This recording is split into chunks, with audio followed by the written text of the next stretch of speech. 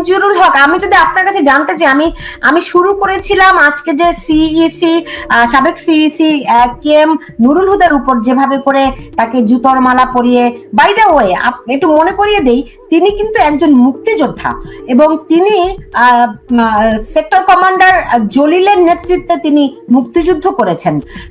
তিনি সেই সিইসি যিনি বলেছিলেন যে বিএনপি হচ্ছে বহুদলীয় গণতন্ত্রের রূপকার। হ্যাঁ, সেই সিইসি কে তারা স্বৈরাচারের দোষর আখ্যায়িত করে জুতোর মালা পরিয়ে জুতো দিয়ে পিটিয়েছে রীতিমতো। একটা বয়স্ক মানুষ, আমাদের তো কিছু আদব কায়দা সভ্যতারও ব্যাপার আছে, আইন কানুন তো নাই দেখছি এখন। তা আমরা এরকম আর কতদিন সহ্য হবে মঞ্জুরুল হক? এখানে কতগুলো বিষয় পরিষ্কার ফুটে ওঠে। একটি হলো যে এতদিন ধরে বলে আসা হচ্ছিল 10 মাস ধরে যে আওয়ামী লীগ ফ্যাসিবাদ, আওয়ামী লীগ স্বৈরাচার, আওয়ামী লীগের বিরুদ্ধে জনগণের ক্ষোভ। তো তাই যদি হয় তাহলে আওয়ামী লীগের উপর ক্ষোভটা মুক্তিযুদ্ধের উপরে কেন আসবে, স্বাধীনতার উপরে কেন আসবে? আমরা দেখতে পেলাম যে গত 10 মাসে আওয়ামী লীগের উপরে ক্ষোভের নামে মুক্তিযুদ্ধের যত ভাস্কর্য ছিল, যত স্থাপনা ছিল, মুক্তিযুদ্ধের যত স্মৃতি ছিল, মুক্তিযুদ্ধ বিষয়ক যত বিষয় ছিল, এবং যারা মুক্তিযোদ্ধা বিশেষ করে তাদেরকে, তাদের পরিবারকে অপদস্থ করা, অপমান করা, মারধর করা, মব জাস্টিস করা তাদের উপরে, এই সমস্ত ঘটনাগুলোর প্রমাণ দেয় যে বিষয়টি শুধুমাত্র আওয়ামী লীগ কেন্দ্রিক না। বিষয়টি পরিষ্কারভাবে 71-এর যে পরাজয়, সেই পরাজয়ের 53 বছর পরে প্রতিশোধ নেওয়া। এবং এই জিনিসটি যদি ঘটতে থাকে তাহলে এই কথাগুলোর তো কোনো মানে নেই। যখন সরকার প্রধান বলেন যে একটি গণতন্ত্র, এই কাজটা আপনার করছে বিএনপি। তারা তো জিয়াউর রহমান একজন সেক্টর কমান্ডার ছিলেন, একজন মুক্তিযোদ্ধা ছিলেন, তারা আবার দাবি করে জিয়াউর রহমান মুক্তিযোদ্ধার ঘোষক। এখন বিএনপি যখনই এই ধরনের কাজ করবে তখন সেগুলোকে লেজিটিমেসি দেওয়ার জন্য তাদের সামনে উপস্থিত থাকছে হচ্ছে আওয়ামী লীগ, আওয়ামী ফ্যাসিবাদ। তাদের ভাষায় আওয়ামী ফ্যাসিবাদকে তারা প্রতিহত করবে এবং আওয়ামী আমলের যত কর্মচারী আছেন, কর্মকর্তা আছেন, তাদের সবাইকে তারা সরকার বিএনপি সবাই মিলে মব জাস্টিস করেছে, তাদের উপরে মব ভায়োলেন্স করেছে। এখন বিএনপি প্রথম আমরা মনে করতাম যে বিএনপি অন্তত মুক্তিযুদ্ধের বিষয়ে তারা সরকারের সাথে একই সুর মেলাবে না। প্রথম 2-1 মাস কিন্তু তাই তারা করেছিল। প্রেসিডেন্ট শাহাবুদ্দিন চুপ্পুকে সরিয়ে দেওয়া বিষয়ে বা সেনাপ্রধান ওয়াকারকে সরিয়ে দেওয়ার বিষয়ে বিএনপি প্রতিবাদ করেছিল, সংবিধান ছুঁড়ে ফেলার বিষয়ে বিএনপি প্রতিবাদ করেছিল। তো সেটা থেকে মনে হতে পারে যে বিএনপি মুক্তিযুদ্ধের বিষয়ে কোনো ছাড় দেবে না। কিন্তু বেসিক্যালি কি দেখা গেল, যখন আওয়ামী লীগকে কার্যত নিষিদ্ধ করা হলো তখন বিএনপি একটা প্রতিবেদন দিয়ে বলল যে আমরা এই জিনিসটির জন্য অপেক্ষা করছিলাম, দেশবাসী আজকে পাপ মুক্ত হলো, আওয়ামী লীগকে নিষিদ্ধ করা হলো, এটি আমাদের দীর্ঘদিনের একটি আবেদন ছিল, দাবি ছিল, সরকার সেই দাবিটি মেনে নেওয়া, সরকারকে ধন্যবাদ। তার মানে এটা কি দাঁড়ালো? তার মানে দাঁড়ালো যে তারা টোটালি হিপোক্রেসি করছে। এখন যে সেনাবাহিনীর পক্ষ থেকে বারবার করে বলা হচ্ছে যে কোনো প্রকার মব ভায়োলেন্স বরদাস্ত করা হবে না, তারপরেও যে আজকে যে ঘটনাটি ঘটলো নুরুল হুদাকে নিয়ে, সেটি উত্তর কি দেবেন সেনাবাহিনী? সংশ্লিষ্ট সেনাবাহিনীর যারা অফিসার তারা কি উত্তর দেবেন? মব জাস্টিস তো বন্ধ হয়নি। এই ঘোষণা তো আমরা 2 মাস ধরে শুনে আসছি। সেনাবাহিনী নতুন করে রিকনসিলিয়েট করছে, সেনাবাহিনী নতুন করে ঘুরে দাঁড়াচ্ছে, সেনাবাহিনী জনগণের পাশে এসছে, সেনাবাহিনী আর এসব বরদাস্ত করবে না, the bloody corridor, Chittagong port দেওয়া যাবে না, এসব শুনে আমরা অনেকে আহ্লাদিত হলাম, অনেকে আশার জাল বুনতে শুরু করলাম, এইবার সেনাবাহিনী বোধহয় দেশে একটি শান্তি শৃঙ্খলা ফিরিয়ে আনবে। কোথায় কি? তো এখন স্পষ্ট বোঝা যাচ্ছে যে সমস্ত কিছুই বানানো, সাজানো, গোছানো, জাস্ট জনগণকে ধোঁকা দেওয়ার জন্য। কেউ কখনো মুক্তিযুদ্ধের প্রতি দরদি সাচ্ছেন, কেউ জাতির প্রতি কর্তব্যপরায়ণ ভাব দেখাচ্ছেন, কিন্তু বেসিক্যালি এই সব জিনিসগুলো একটা জায়গা থেকে পরিচালিত হচ্ছে, ডিপ স্টেট। ডক্টর ইউনূসের যে গ্রিপ, সেই গ্রিপের ভেতর থেকে এই জিনিসটি পরিচালিত হচ্ছে। এবং এর থেকে বেশি কিছু বলার নেই আর, কারণ আপনি তো ওখানে বসে ক্ষুব্ধ, আমরা এখানে বসেও ক্ষুব্ধ, কারণ সেনাবাহিনী হচ্ছে আমাদের সর্বশেষ ভরসার স্থল। জনগণের পয়সায় প্রতিপালিত সেনাবাহিনী আমাদের সর্বশেষ ভরসার স্থল। তারা যখন আমাদেরকে ব্যর্থহীন কণ্ঠে বলে যে আমরা আর মব ভায়োলেন্স বরদাস্ত করব না, তখন জনগণ আশাবাদী হয়। তখন জনগণ মনে করে যে হ্যাঁ, পুলিশ পারছে না, এবার সেনাবাহিনী পারবে। পারছে কই? রাইট। তার মানে কি বোঝা যায় না, মানে নীরবতা যদি সম্মতির লক্ষণ হয়, সেই সূত্রে সেনাবাহিনীর সম্মতিতে এসব হচ্ছে। এখন টেকনিক্যালি অনেক ব্যাপার আছে। টেকনিক্যালি তারা হয়তো বলবে যে আমাদের সামনে ঘটে নাই, আমরা ব্যাপারটি দেখিনি, এটা পুলিশ এবং বিএনপির কেস, পুলিশ বিএনপি কেস করেছে, পুলিশ হ্যান্ডেল করেছে, মব ভায়োলেন্স সংগঠিত হয়েছে, আমরা ওখানে যাওয়ার আগেই ঘটনাগুলো ঘটে গেছে। Technical answer. কিন্তু বিষয়গুলো তো এটা না, বিষয়গুলো তো ভয়ানক বিষয়। আপনি এখন যুগান্তর বলুন বা অন্য কোনো কাগজ বলুন, বাংলাদেশের কোনো কাগজ দায়িত্বশীল অবস্থায় নেই। বাংলাদেশের মিডিয়া, প্রিন্ট মিডিয়া হোক বা ইলেকট্রনিক মিডিয়া হোক, কোনো মিডিয়া দায়িত্বশীল পর্যায়ে নেই। এবং মিডিয়া যে চাপে থাকে, এটা সব সরকারের আমলেই চাপে থাকে।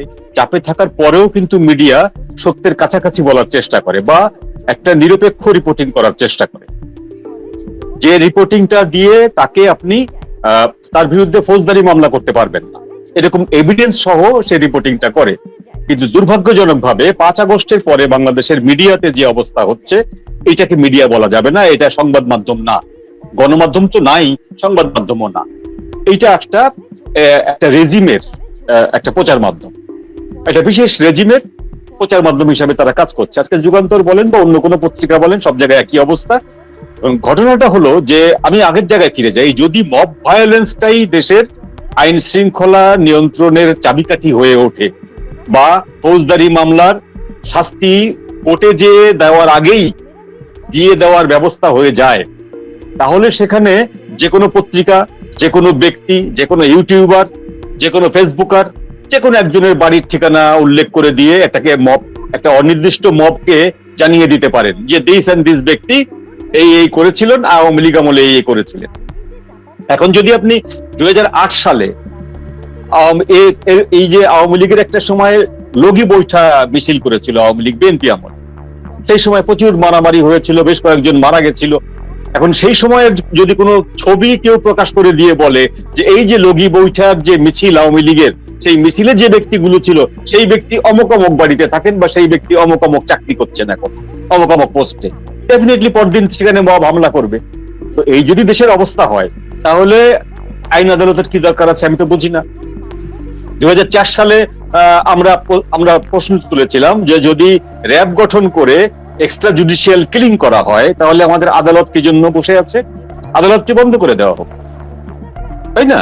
ঠিক সেম প্রশ্নটি এখন করা যাচ্ছে এসে 2025 সালে এসে, যে যদি মব ভায়োলেন্স করেই, মব জাস্টিফিকেশন দিয়েই যদি আমাদের আইন আদালত চলে বা মানুষকে যদি ধরা হয়, তার ফৌজদারি বিচার হয়, তার রায় বাস্তবায়ন করা হয়, তাকে মেরে মারা হয়, জুতার মালা গলায় পরানো হয়, সমস্ত কিছু করা হয়, তাহলে আইন আদালতের দরকারটা কি?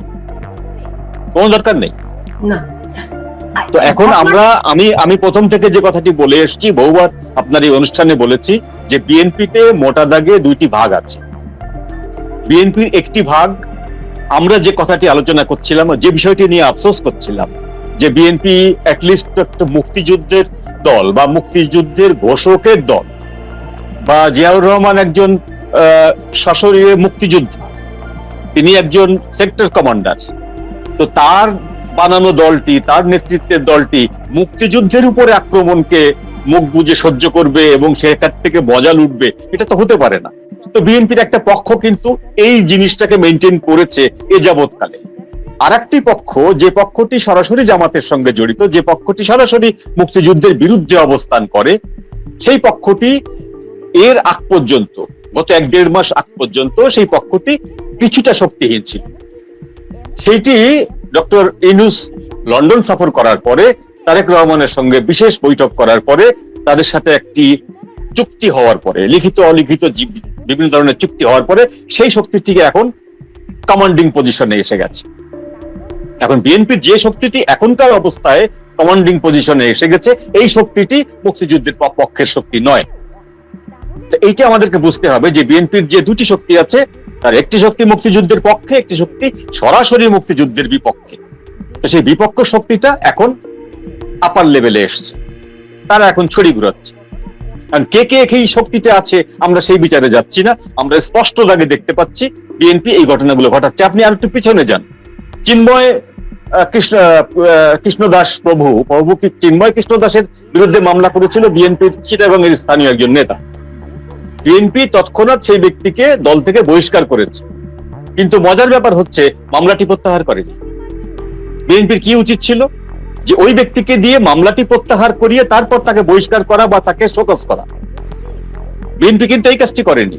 বিএনপি সেই ব্যক্তিকে শোকজও করেনি, তাকে দল থেকে বহিষ্কার করেছে, কিন্তু মামলা প্রত্যাহার করেনি। তার মানেটা কি দাঁড়াচ্ছে? যে চিন্ময় কৃষ্ণ দাসের বিরুদ্ধে মামলা চলুক, কিন্তু আমরা লোক দেখানোর জন্য আমাদের এই ব্যক্তিকে দল থেকে বের করে দিলাম। এবং এই যে প্রেসিডেন্টকে যে বের করে দেওয়া হবে না বা বিএনপির সম্মতি ছিল না, সেটাও কিন্তু বিএনপির স্বার্থে, জাতির স্বার্থে না। কারণ বিএনপি জানে ওই সময় প্রেসিডেন্টকে বের করে দেওয়ার পরে প্রফেসর ইউনূস বিএনপিকে একটা পয়সা দিয়েও আর গুনবেন না। বিএনপিকে এখন যেটুকু মর্যাদা দিচ্ছেন প্রফেসর ইউনূস, প্রেসিডেন্ট চলে গেলে প্রফেসর ইউনূস সেই জায়গাটি দখল করতে পারলে বিএনপিকে এক পয়সাও দিয়ে গুনবেন না। এবং সেই জন্য বিএনপি ওই সময়টার জন্য প্রেসিডেন্ট চুপ্পুর পদত্যাগ বা তার বহিষ্কার এই জিনিসটির পক্ষে ছিল না। আজকে যদি এরকম কোনো একটি ঘটনা ওঠে, আজকে যদি সরকারের পক্ষ থেকে আবার দাবি ওঠে প্রেসিডেন্ট চুপ্পুকে সরিয়ে দেওয়া হোক, আপনি লিখে রাখতে পারেন বিএনপি সম্মতি দেবে। তাহলে তাহলে মানে প্রশ্নটি আপনার কাছে রাখছি, তাহলে লন্ডনে বৈঠকের সমঝোতাটা আসলে কি নিয়ে হলো? মঞ্জুরুল হক ভাই, আমরা যদি দেখি যে বিএনপির পেছনে আসলে কারা রয়েছে, আপনি শুধুমাত্র স্বাধীনতা বিরোধী শক্তির কথা বললেন, বিএনপির পেছনে রয়েছে মানে বিএনপির রাজনীতির পেছনে যদি আমরা দেখি বঙ্গবন্ধুকে হত্যার ষড়যন্ত্র। আমরা এই কিছুদিন আগে যে মেজর ডালিমের একটি সাক্ষাৎকার সামাজিক যোগাযোগ মাধ্যমে দেখেছি, সেখানে তিনি বলেছেন যে সেই মুক্তিযুদ্ধের সময়ই তারা বঙ্গবন্ধুকে হত্যার পরিকল্পনা করেছিল, এটি জিয়াউর রহমানের নাম দিয়ে মেজর ডালিম দাবি করেছেন, রাইট? এই বিএনপির পেছনে 10 ট্রাক হত্যা মামলা রয়েছে, এই বিএনপির পেছনে 21 আগস্ট গ্রেনেড হামলা রয়েছে। এত কিছুর পরেও আজকে যখন মানে তারা একটা ত্রাসের রাজত্ব করছে, আওয়ামী লীগ মাঠে নেই, বিএনপির দিকে মানুষ তাকিয়েছিল বা আছে, কিন্তু তারা গত 10 মাসে যেভাবে করে ত্রাসের রাজত্ব কায়েম করেছে, লুটপাট, চাঁদাবাজি, মারপিট, ভয়াবহ একটা পরিস্থিতির সৃষ্টি করেছে। তারা কি জানে নির্বাচনে তারা কতটুকু ভোট পাবে? এতখানি আত্মবিশ্বাসী তারা কেমন করে হয়? এটা আত্মবিশ্বাসের জায়গা না, এটা হলো আসলে ফাঁকা মাঠে গোল দেওয়ার মতন একটা ব্যাপার। তারা ফাঁকা মাঠ পেয়েছে, তারা গোল দিচ্ছে। 16 বছর তারা বঞ্চিত ছিল রাষ্ট্র ক্ষমতা থেকে। এখন ক্ষমতায় না যেও নির্বাচন ছাড়াই রাষ্ট্র ক্ষমতার একটা অংশ তারা এখন এনজয় করছে। সেইটার থেকে তাদের যে বহিঃপ্রকাশটা ঘটছে, তাদের ক্ষমতার বিচ্ছুরণ আমরা দেখতে পাচ্ছি। এখন ঘটনা হলো বিএনপির অতীত যদি আমি স্থগিত করে রাখি, অতীত তো অনেক কলঙ্কজনক অতীত রয়েছে বিএনপির, সেগুলো আমি সব বাদ দিয়ে রাখি।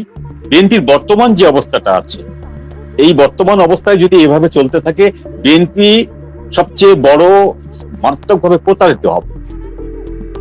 ডক্টর ইউনূসের কাছে বা এনসিপির কাছে বা জামাতের কাছে বিএনপি ভীষণভাবে প্রতারিত হবে। এই প্রতারিত হওয়ার আগ পর্যন্ত আপনি বিএনপিকে কোনোভাবে এই জায়গা থেকে সরিয়ে আনতে পারবেন না, কোনোভাবেই সরিয়ে আনতে পারবেন না। বিএনপি সরবে না। বিএনপি তখনই শুধুমাত্র সরবে যখন সে বুঝতে পারবে যে সে প্রতারিত হয়েছে। এখন পর্যন্ত কিন্তু বুঝতে পারছে না। এখন পর্যন্ত বিএনপি স্বপ্ন দেখছে যে প্রায় 150 থেকে 200 আসন তারা পাবে, আওয়ামী লীগবিহীন একটা নির্বাচন হবে, ফাঁকা মাঠে তারা গোল দেবে, তারেক রহমান প্রধানমন্ত্রী হবেন এবং বিএনপি আবার দীর্ঘদিন দেশ শাসন করবেন। 2006 সালের পরে আবার বিএনপি ক্ষমতায় এসে দীর্ঘদিন দেশ শাসন করবে। তাদের এই যে স্বপ্ন, এই স্বপ্নটা যখন হোঁচট খাবে, এই সরকারের বিভিন্ন ষড়যন্ত্রে বা আন্তর্জাতিক খেলোয়াড় যারা আছেন তাদের বিভিন্ন বুটির চালে যখন বিএনপি এই জায়গাটা থেকে প্রতারিত হবে, তখনই শুধুমাত্র বিএনপির বোধোদয় হবে যে তারা ভুল করেছে। এর আগ পর্যন্ত হবে না। আমরা আশা করেছিলাম। আপনি যে বিএনপি যে স্বপ্নের কথা বলছেন, তারেক রহমান প্রধানমন্ত্রী হবে, তারা দীর্ঘদিন শাসন করবে, হ্যাঁ, এইটা কি লন্ডনে সমঝোতা হয়েছে এরকম? বা এরকম স্বপ্ন লন্ডনে দেওয়া হয়েছে এরকম? হ্যাঁ, ডেফিনেটলি লন্ডনে যদি প্রফেসর ইউনূসের কাছ থেকে তারেক রহমান এরকম কোনো আশ্বাস না পেয়ে থাকেন, তাহলে ডিসেম্বরের নির্বাচন চেঞ্জ হয়ে এপ্রিলে যাচ্ছে, এপ্রিল থেকে ফেব্রুয়ারিতে আসছে, বিএনপি কোনো কথা বলছে না। করিডোর নিয়ে যে বিএনপি প্রতিবাদ জানিয়েছিল সেটা নিয়ে বিএনপি কথা বলছে না। চট্টগ্রাম বন্দর নিয়ে বিএনপি প্রতিবাদ জানিয়েছিল, সেটা নিয়ে কথা বলছে না কেন? নিশ্চয়ই তারা কোনো প্রতিশ্রুতি পেয়েছে, সেই প্রতিশ্রুতির কারণে তারা সরকারের সঙ্গে একই সুরে কথা বলছে। আমরা আশা করেছিলাম কোনটা? আমরা আশা করেছিলাম, সাধারণ জনগণরা আশা করেছিল যে আওয়ামী লীগকে হটিয়ে যে সরকার ক্ষমতায় এসছে, এই সরকারের যে অজনপ্রিয় সরকার সেটি প্রমাণিত হয়েছে। এই সরকার যে দেশ শাসনে ব্যর্থ হয়েছে সেটি প্রমাণিত হয়েছে। দেশের অর্থনৈতিক অবস্থা খুবই খারাপ, বিদেশ থেকে টাকা ধার করে এনে চালাতে হচ্ছে। এই অবস্থায় বিএনপি যেটা করতে পারত গণতান্ত্রিক শক্তি হলে, সেটা হলো আওয়ামী লীগের সঙ্গে একটি আতাত করে, আওয়ামী লীগের সঙ্গে একটি জোট করে গণতন্ত্রকে পুনরুদ্ধার করতে পারত, আওয়ামী লীগকে রিফর্ম করতে পারত। আওয়ামী লীগের আগেকার যে ভাবমূর্তি সেটাও আওয়ামী লীগ নিজে চেঞ্জ করত। বিএনপিও এগিয়ে এসে তার একটা গণতান্ত্রিক চরিত্র প্রকাশ করাতে পারত। এই দুইটি শক্তি যদি এক হতো, তাহলে বাংলাদেশে নির্বাচনে আওয়ামী লীগ জিতুক, বিএনপি জিতুক, যেই জিতুক বা যেই পরাজিত হোক, অন্তত মুক্তিযুদ্ধ বা স্বাধীনতা এই বিষয়গুলো কালিমালিপ্ত হতো না, এই বিষয়গুলো সংকটে পড়তো না। কিন্তু আনফরচুনেটলি সেটা ঘটেনি। সেটা না ঘটার কারণে এখন বিএনপিকে আওয়ামী লীগ বিরোধিতা করার জন্য ওই যে জামাত শিবির বা অন্যান্য দলের যা ওই যে মুক্তিযুদ্ধ বিরোধী শক্তির যে মুক্তিযুদ্ধের